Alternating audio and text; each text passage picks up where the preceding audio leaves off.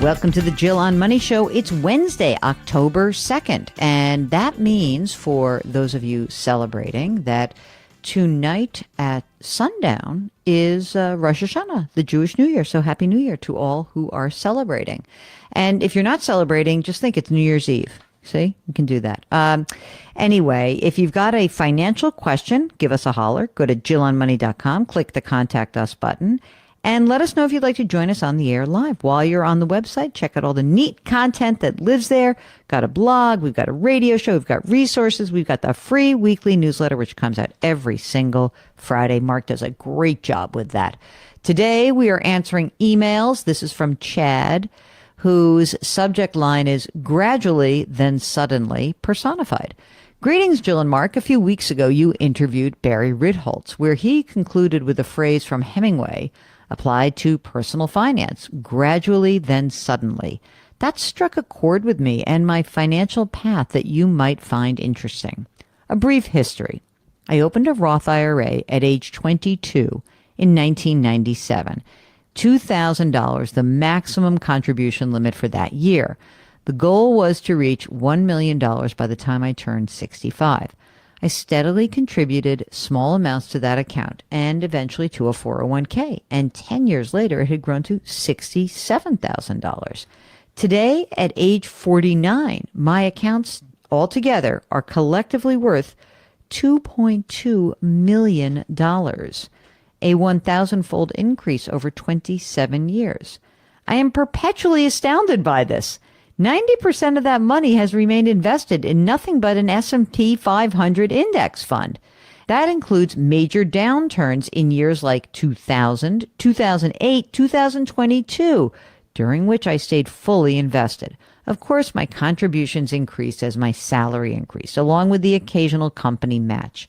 But the overwhelming majority of that money is simple growth from the market. 22-year-old me could not have ever believed it, and I barely believe it today. This is not a humble brag. I'm neither wealthy nor a brilliant financial mind. I simply know how to buy and hold. The U.S. blue chips did the work. The power of compounding is truly amazing, and I recommend it to everyone. Thank you for your wonderful show, Chad. Oh, man, I love that. That is such a great note. Great way to start the program. Okay, I'm moving on. Thomas is writing about Social Security. And he says, I like to listen to a few different podcasts on financial planning. Another financial advisor has suggested that you should take your Social Security early at age 62 and start investing in the stock market or some other form of investment. Is this a good strategy? Would you come out ahead? Or is it best to wait until age 70 or 67, your full retirement age, at the earliest to start taking it? I love when financial advisors do this. This is such baloney. And the reason is that the idea that you would limit your lifetime earnings of Social Security because you think you're going to beat the market is insane. So, Thomas, this is not a good strategy. And even if you were to come out ahead, it would mostly be by accident. Do me a favor. At the very least, wait until your full retirement age of age 67, or even better, age 70. Do me a favor. Count all the money that you're guaranteed over time. You know what Mark likes to call Social Security? It's the pension plan for the rest of us. Okay? Do me another favor. Unsubscribe from that podcast. Yeah, really. Unsubscribe to that podcast and send this podcast around to every single one of your friends. Okay, this is from Melissa, who writes, Hello, Jill and Mark. I've learned so much from you, and I appreciate your generosity and kind approach to answering questions. I'm writing to see what you think about a proposal from an advisor. First, some background. I'm 60. My husband is 61. My husband is retired, and I plan on working for another 3 to 5 years. I make $166,000 per year. All right, here's the money. Savings. $210,000 in a mix of CD ladders, meaning, ladders of when they mature, and a money market account. $232,000 in a brokerage account. $300,000 in the Roth IRA, and wait for it, $2.5 million in pre-tax 401k and 403b. Those are the combined amounts. Okay. In addition, we've got $28,000 in checking, $45,000 in an HSA, $125,000 with a current employer's 403b, just 15 grand left on our mortgage, and we spend about $7,000 to $8,000 a month. Our current plan is to wait until age 70 to collect Social Security. Oh, previous writer of the email. See this one. Okay, husband will get 4,200. She's going to get 4,600.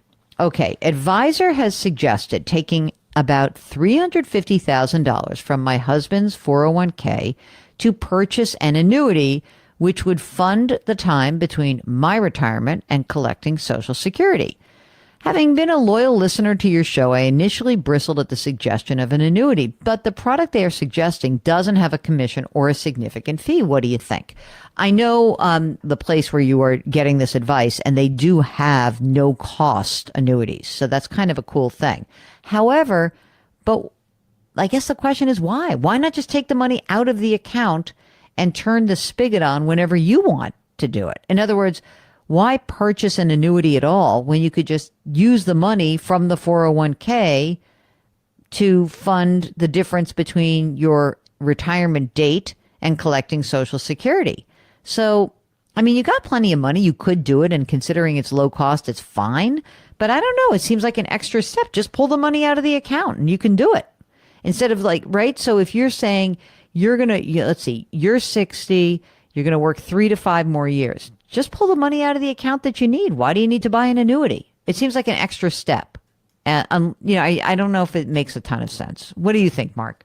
I don't agree with it. I mean, they've got $3 million right now. That's going to continue to grow. They're really talking about, funding the gap between retirement and Social Security, which is going to be about 3 to 5 years. They have the money to fund that gap. Yeah, like it doesn't seem like you need an annuity. So it's almost like, why?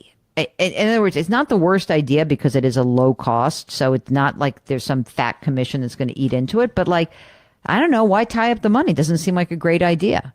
Okay, this is from Joyce. Okay, Joyce wants to know, are inflation-linked bonds a good gift for a young grandchild right now? Pros and cons. Well, the con is that inflation-linked bonds are not going to pay a lot of interest. So the pro is it's a government bond. It's easy. But how about we just open up a nice little 529 plan for the kiddos? That would be my preference. If you don't want to do it for education, then what I might do is instead of a bond, just because they're so young, you could just put it in a custodial account for them. But I really love the 529 accounts. I really do. So especially if you think they're most likely to be college bound, open a 529. Okay. This is from Sunny. Is it better to have a pay on death account, or is it better to make an adult child a beneficiary to your bank accounts? Also, should we add adult children on our credit cards or just the statements? And utilities, if something were to happen to us, their parents, so that they can close accounts with any trouble. For a bank account, I think payment on death or a transfer on death account is really the best thing to do. That's what you do when you have an account that doesn't have a beneficiary designation. It'll avoid probate. It'll be very easy. I don't know if you can add people to your credit cards. I might just have them flag the statements, just have a dupe statement sent.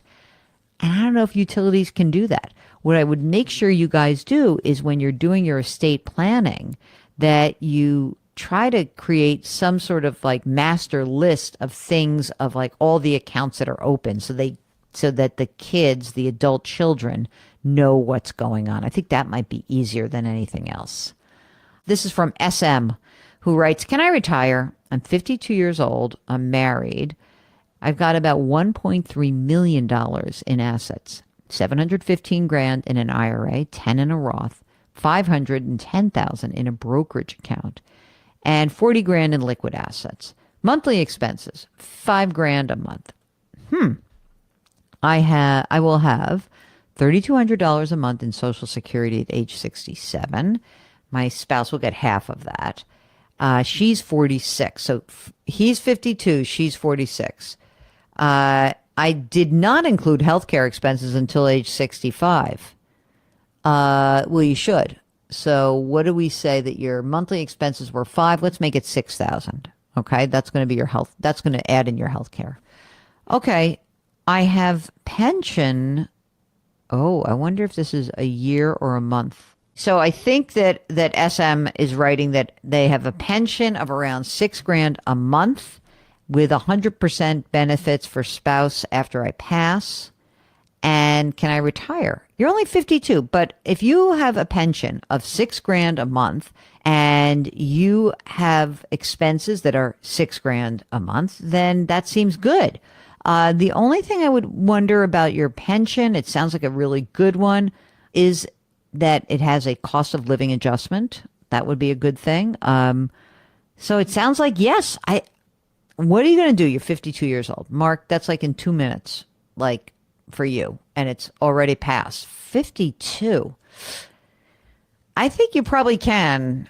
Sounds like you have a good pension. If we've got any facts wrong, just let us know, truly, because I don't want to, like, if I've made an assumption and that's not right, I want to make sure that we do right by you. Okay. So, all right. If anyone else has a question about pension or you want to comment on a guest that we've had, I'd love to hear from you. Just go to JillOnMoney.com, click the Contact Us button. Let us know if you would like to join us on the air live. Don't forget to sign up for the free weekly newsletter, which comes out on Fridays. Subscribe to Jill on Money Live for $35. The price is still low, just for 3 more months. And everything else that is there on the website, links, all that fun stuff, it's all at JillOnMoney.com. Put your hands metaphorically on someone's back. Change your work, change your wealth, change your life. Thank you for listening, and we'll talk to you tomorrow.